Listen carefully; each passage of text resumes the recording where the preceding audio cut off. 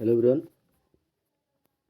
সকলকে আমার YouTube channel knowledge band টুকেতে স্বাগত। আজকে আমি ক্লাস 8-এর রায় মার্টিন অর্থাৎ প্রশ্নবিচিত্রার পরিবেশ ও বিজ্ঞান থেকে 7 নম্বর যে স্কুল আছে, 7 নম্বর স্কুল কান্দির রাজা এমসি গার্লস হাই স্কুল, এই স্কুলের যতগুলো পরিবেশ ও বিজ্ঞানের যতগুলো কোশ্চিন আছে সমস্ত কোশ্চিনের অ্যান্সার আমি আজকের এই ভিডিও আলোচনা করব। তার আগে বলবো, তোমাদের চ্যানেল নতুন থাকলে চ্যানেলটিকে সাবস্ক্রাইব করে নেবে এবং তার সাথে সাথে পাশে থাকা বেল আইকনটি ক্লিক করে নেবে, যেন নেক্সট ভিডিও দিলে তোমরা সেই ভিডিওটার নোটিফিকেশন সঙ্গে সঙ্গে পেয়ে যাবে। ভালো লাগলে অবশ্যই বন্ধুর সঙ্গে শেয়ার করবে এবং কমেন্ট করে জানাবে। ঠিক আছে, তাহলে শুরু করা যাক। প্রথমে আমরা ফিজিক্যাল সায়েন্স অর্থাৎ ভৌতবিজ্ঞানের যে কটা কোশ্চেন আছে সেই কটা কোশ্চেন নিয়ে আলোচনা করব। প্রথমে দেখো, বলেছে যে সঠিক উত্তরটি নির্বাচন করো। ঠিক আছে, এক নম্বর কোশ্চেন বলেছে যে তরলের ঘনত্ব বেশি হলে প্লবতা কী হবে? বেশি হবে। অ্যান্সার হবে অপশান এ, তরলের ঘনত্ব যত বেশি হবে প্লবতা তত কী হবে? বেশি হবে। নেক্সট কোশ্চেন, যে মিথেন অণুতে সমযোজী বন্ধনের সংখ্যা কয়টি? অ্যান্সার হবে অপশান ডি, 4টি। মিথেন অণুতে সমযোজী বন্ধনের সংখ্যা কয়টি? 4টি। ওকে, নেক্সট শূন্যস্থান পূরণ করো। প্রথম যে কোশ্চেন আছে, যে নাইট্রোজেন 14-7 ও কার্বন 14-6 এরা পরস্পরের কী হবে? আইসোবার হবে। কারণ এদের ভর সংখ্যাটা সেম আছে, দুটো পরমাণুর ভর সংখ্যা কী বলো তো? সেম। তাই এরা পরস্পরের কী হবে বলো তো? আইসোবার হবে। ওকে, নেক্সট, কোনো পরমাণু থেকে একটি ইলেকট্রন বের করলে সেটি ধনাত্মক তড়িৎগ্রস্ত বা ক্যাটায়নে হয়ে পড়বে। কোনো পরমাণু থেকে একটি ইলেকট্রন বের করলে সেটি ধনাত্মক তড়িৎগ্রস্ত বা ক্যাটায়ন হয়ে পড়বে। নেক্সট, এবোনাইট দণ্ডকে সিল দিয়ে ঘষলে এবোনাইট ঋণাত্মক কী বলতো? ঋণাত্মক জাতীয় আধানে আহিত হবে। ঠিক আছে, এইগুলো আমাদের সঠিক উত্তরটি এবং শূন্যস্থান 1 এবং 2 দাগের কোশ্চেনের অ্যান্সার। এবার আসছি আমরা 3 দাগের কোশ্চেনের অ্যান্সার নিয়ে। তার আগে বলবো, চ্যানেল নতুন থাকলে চ্যানেলটিকে সাবস্ক্রাইব করে নিও এবং তার সঙ্গে তার পাশে থাকা বেল আইকনটি ক্লিক করে নিও, যেন পরের ভিডিও দিলে তোমরা সেই ভিডিওটার নোটিফিকেশন সঙ্গে সঙ্গে পেয়ে যাও। ভালো লাগলে অবশ্যই বন্ধুর সঙ্গে শেয়ার করবে এবং কমেন্ট করে জানাবে। তো 3 দাগের কোশ্চেন দেখো, 3 দাগের কোশ্চেনগুলো আমি নিচে অ্যান্সারগুলো করেছি। দেখো, ফার্স্ট যে কোশ্চেন আছে, ভেরি ভেরি ইম্পর্টেন্ট কোশ্চেন, যে একটি বা দুটি বাক্যে উত্তর দাও। বলেছে যে একটি স্টেনলেস স্টিলের বাটি জলে ভাসে কিন্তু একটি আলপিন জলে ডুবে যায় কেন? তার উত্তর হচ্ছে যে একটি বাটি ফাঁপা হওয়ায় এটি আয়তনের তুলনায় অনেক বেশি জল সরিয়ে দেয়, ফলে বাটির ওপর প্রযুক্ত প্লবতা বল তার ওজনের সমান হয়। অপরদিকে একটি নিরেট আলপিন খুব সামান্য জল সরায়, যার ফলে তার উপর প্রযুক্ত প্লবতা বল তার ওজনের চেয়ে কম হয় এবং সেটি ডুবে যায়। ঠিক আছে, এই কারণে তোমার যে স্টেনলেস স্টিলের একটি বাটি জলে ভাসে কিন্তু একটি আলপিন জলে ডুবে যায়। আশা করছি কারণটা বুঝতে পারলে। নেক্সট কোশ্চেন বলেছে যে যৌগগুলির সংকেত লেখো। একটা হচ্ছে অ্যালুমিনিয়াম সালফেট, একটা হচ্ছে জিঙ্ক অক্সাইড। তো অ্যালুমিনিয়াম সালফেটের সংকেত হচ্ছে Al2SO43 এবং জিঙ্ক অক্সাইডের সংকেত হচ্ছে ZnO। তাহলে অ্যালুমিনিয়াম সালফেটের সংকেত হচ্ছে Al2SO43 এবং জিঙ্ক অক্সাইডের সংকেত হচ্ছে ZnO। কীভাবে লেখা আছে তোমরা একবার দেখে নাও। ঠিক আছে, তারপরে 4 নম্বর কোশ্চেন দেখো। 4 নম্বর কোশ্চেন বলেছে যে প্লাস্টিকের চিরুনি দিয়ে শীতকালে শুকনো চুল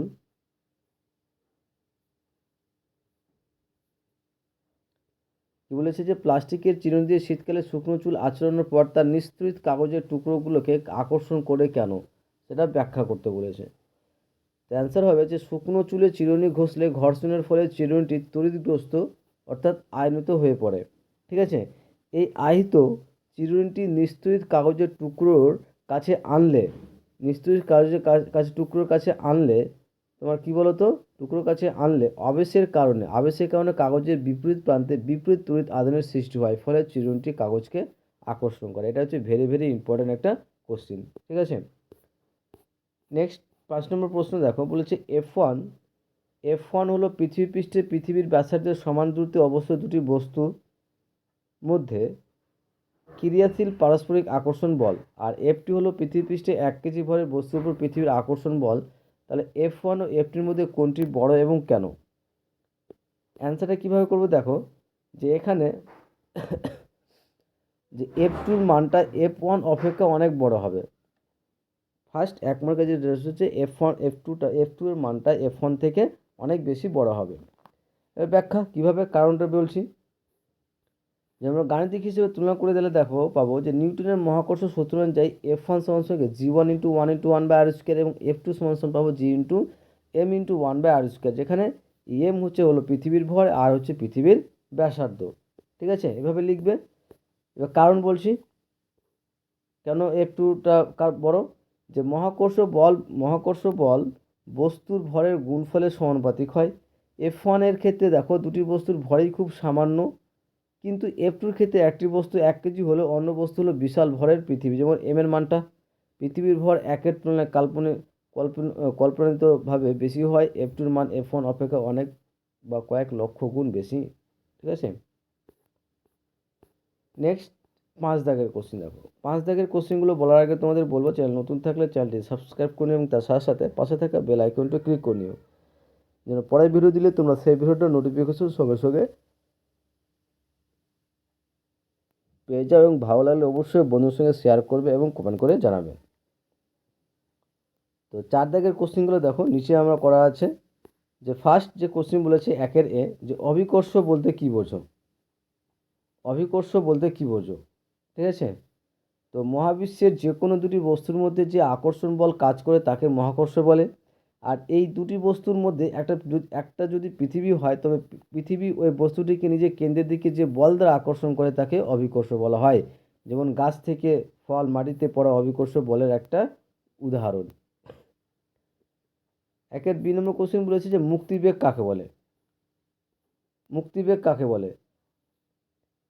যে কোনো বস্তুকে সর্বনিম্ন যে বেগে পৃথিবী বা কোনো গ্রহ থেকে উপরের দিকে নিক্ষেপ করলে সেটি ওই গ্রহের মহাকর্ষীয় আকর্ষণ কাটিয়ে মহাশূন্যে চলে যায় এবং আর ফিরে আসে না, তাকে মুক্তিবেগ বলে। পৃথিবীর জন্য এর মান প্রায় 11.2 কিলোমিটার/সেকেন্ড। তারপরে 2-এর এ নম্বর একটা অঙ্ক আছে, খুব সুন্দর একটা অঙ্ক, যে 2 বর্গমিটার অঞ্চল জুড়ে 14 নিউটন বল কাজ করছে, ওই অঞ্চলের চাপের মান কত হবে সেটা বের করতে বলেছে। তো আমরা জানি চাপ P সমান হচ্ছে F/A, যেখানে হচ্ছে F হচ্ছে প্রযুক্ত বল আর A হচ্ছে ক্ষেত্রফল। তো এখানে তোমার ক্ষেত্রফল দেওয়া আছে এবং F দেওয়া আছে, তাহলে চাপের মান বের করতে পারবো। এখানে কি দেওয়া আছে? F সমান দেওয়া আছে 14 নিউটন, আর বল ক্ষেত্রফল দেওয়া আছে তোমার 2 মিটার স্কোয়ার। তাহলে চাপ সমান কি জানি? F/A। 14/2 সমান 7 নিউটন মিটার স্কোয়ার বা পাস্কেল লিখতে পারো। ঠিক আছে, তাহলে চাপের মান কত হচ্ছে? 7 নিউটন পার মিটার স্কোয়ার বা 7 পাস্কেল। 2 নম্বর কোশ্চিন যে অবাধে পতনশীল বস্তুর ক্ষেত্রে আর্কিমিডিসের নীতি প্রযোজ্য হয় না কেন? অ্যান্সার হবে আর্কিমিডিসের নীতি প্রবলতার উপর নির্ভরশীল। যখন কোনো বস্তু অবাধে নিচে পড়ে তখন সেটির ওপর কার্যকর ওজন শূন্য হয়ে যায়। যেহেতু বস্তুটির মাধ্যমের ওপর কোনো চাপ প্রয়োগ করতে পারে না, তাই মাধ্যমটিও বস্তুর ওপর কোনো ঊর্ধ্বমুখী বল বা প্রবলতার সৃষ্টি করতে পারে না। এই কারণে অবাধে পতনশীল বস্তুর ক্ষেত্রে আর্কিমিডিসের নীতি কার্যকর হয় না। নেক্সট 3-এর এ নম্বর কোশ্চিন বলেছে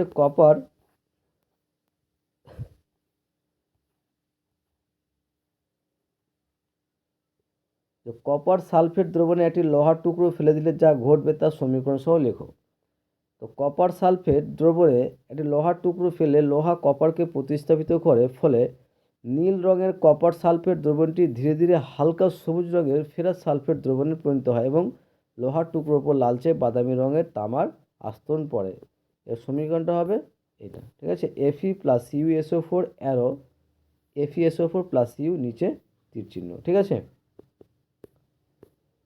2 নম্বর কোশ্চেন বলেছে যে Fe+H2 অ্যারো A+B এবং Al+H2O অ্যারো C+D ABCD কে শনাক্ত করো, অর্থাৎ A এর জায়গায় কী হবে, B এর জায়গায় কী হবে, C এর জায়গায় কী হবে আর D এর জায়গায় কী হবে সেটা বের করতে বলেছে। তো অ্যান্সারটা হবে এরকম, যে উত্তপ্ত আয়রন ও অ্যালুমিনিয়ামের উপর দিয়ে স্টিম বা জলীয় বাষ্প চালনা করলে বিক্রিয়াগুলো ঘটে কীরকম? যে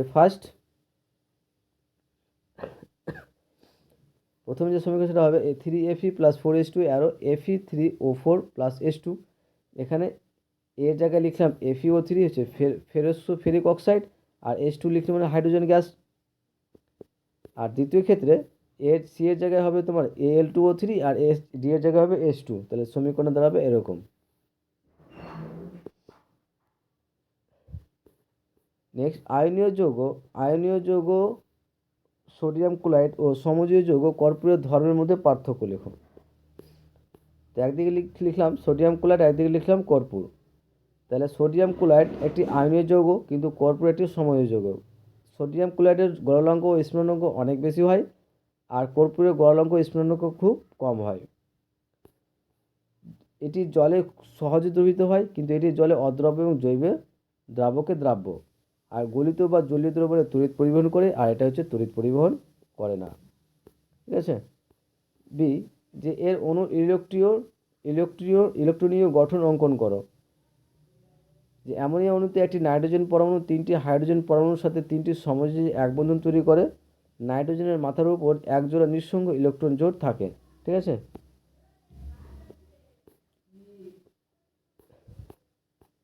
তারপরে লাইফ সায়েন্স। আর লাইফ সায়েন্সের অ্যান্সারগুলো বলার আগে তোমাদের বলবো, চ্যানেল নতুন থাকলে চ্যানেলটিকে সাবস্ক্রাইব করে নিও এবং তার সাথে সাথে পাশে থাকা বেল আইকনটা ক্লিক করে নিও, যেন নেক্সট ভিডিও দিলে তোমার সেই ভিডিওটার নোটিফিকেশন সঙ্গে সঙ্গে পেয়ে যাও। এবং ভালো লাগলে অবশ্যই বন্ধুর সঙ্গে শেয়ার করবে এবং কমেন্ট করে জানাবে। প্রথমে বলেছে যে সঠিক উত্তরটি নির্বাচন করো। ফার্স্ট কোশ্চেন দেখো, প্রোটিন সংশ্লেষে অংশ নেই। অ্যান্সার হবে অপশন ডি, রাইবোজোম। প্রোটিন সংশ্লেষে অংশ নেই কে বলতো? রাইবোজোম। 2 নম্বর, চোখের রেটিনায় উজ্জ্বল আলো ও বর্ণ শোষণে সক্ষম কে বলতো? কোন কোষ? অ্যান্সার হবে অপশন এ, কোন কোষ। 3 নম্বর, রক্তচাপ নিয়ন্ত্রণ করে কে? অ্যান্সার হবে স্নায়ুকলা। স্নায়ুকলা হচ্ছে রক্তচাপ নিয়ন্ত্রণ করে। 2 দাগের কোশ্চেনগুলো দেখো। 2 দাগের কোশ্চেন নিচে দেওয়া আছে অ্যান্সারগুলো। ফার্স্ট যে কোশ্চেন বলছে যে নিউক্লিওপ্লাস্টিডের একটি কাজ লেখো। বলছে নিউক্লিওপ্লাস্টিডের একটি কাজ লেখো এবং ক্যান্সার আক্রান্ত কোন কোষে কোন অঙ্গাণু সক্রিয়তা বৃদ্ধি পায়। তো নিউক্লিওপ্লাস্টিডের প্রধান কাজ হলো খাদ্য সঞ্চয় করা, যেমন শ্বেতসার, প্রোটিন, ফ্যাট, এ সমস্ত খাদ্যগুলোকে সঞ্চয় করা। আর 2 নম্বর কোশ্চেনে বলছে যে ক্যান্সার আক্রান্ত কোষে লাইসোজোম বা রাইবোজোমের সক্রিয়তা বৃদ্ধি পায়। ক্যান্সার আক্রান্ত কোষে লাইসোজোম বা রাইবোজোম অঙ্গাণুর সক্রিয়তা কী বলতো? বৃদ্ধি পায়। নেক্সট 2 নম্বর কোশ্চেন বলেছে যে মিল খুঁজে উত্তর লেখো। মাইটোকন্ড্রিয়া ইস্টু ক্রিস্টি সমানুপাতিক ক্লোরোপ্লাস্টিস ইস্টু এটা, এখানে আসবে গ্রানা হবে। আনসার কী হবে? গ্রানা। সঠিক অ্যান্সার হবে কী বলতো? গ্রানা। তারপর নেক্সট, খুব শুকনো ও ঠান্ডা পরিবেশে অ্যান্টিফ্রিজ প্রোটিন কিভাবে সাহায্য করে? অ্যান্টিফ্রিজ প্রোটিন কোষের ভেতরে বরফের কেলাস বা ক্রিস্টাল তৈরি হতে বাধা দেয়, যার ফলে হিমাঙ্কের নিচে তাপমাত্রাতেও কোষীয় তরল জমে যায় না এবং জীবন্ত কোষ ফেটে যাওয়া থেকে রক্ষা পায়। নেক্সট 3 নম্বর, যে 1 নম্বর, যে প্রাইমোর্ডিয়াল ইউট্রিকল কাকে বলা হয়? অ্যান্সার হবে যে উদ্ভিদ কোষের বিপরিণত অবস্থায় বড় গহ্বর বা ভ্যাকুওলকে কেন্দ্র করে সাইটোপ্লাজম যখন পরিধির দিকে দেওয়াল ঘেঁষে পাতলা স্তরের মতো অবস্থান করে, তখন তাকে প্রাইমোর্ডিয়াল ইউট্রিকল বলে। 3 নম্বর কোশ্চেন, যে উদ্ভিদ কোষে কিসের উপস্থিতির জন্য গাছের গুঁড়ি ভীষণ শক্ত হয়? উদ্ভিদ কোষে লিগনিন নামক উপাদানের উপস্থিতির জন্য গুঁড়ি ভীষণ শক্ত হয়। নেক্সট 3 দাগের কোশ্চেনগুলো দেখো। 3 নম্বর কোশ্চেনে তোমরা বইয়ে পেয়ে যাবে। ঠিক আছে।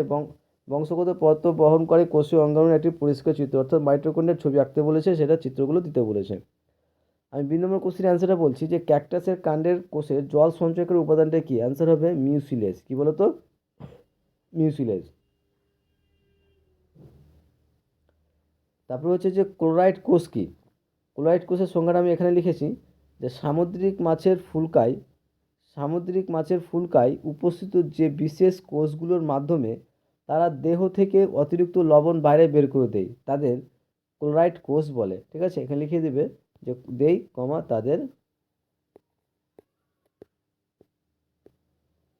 তাদের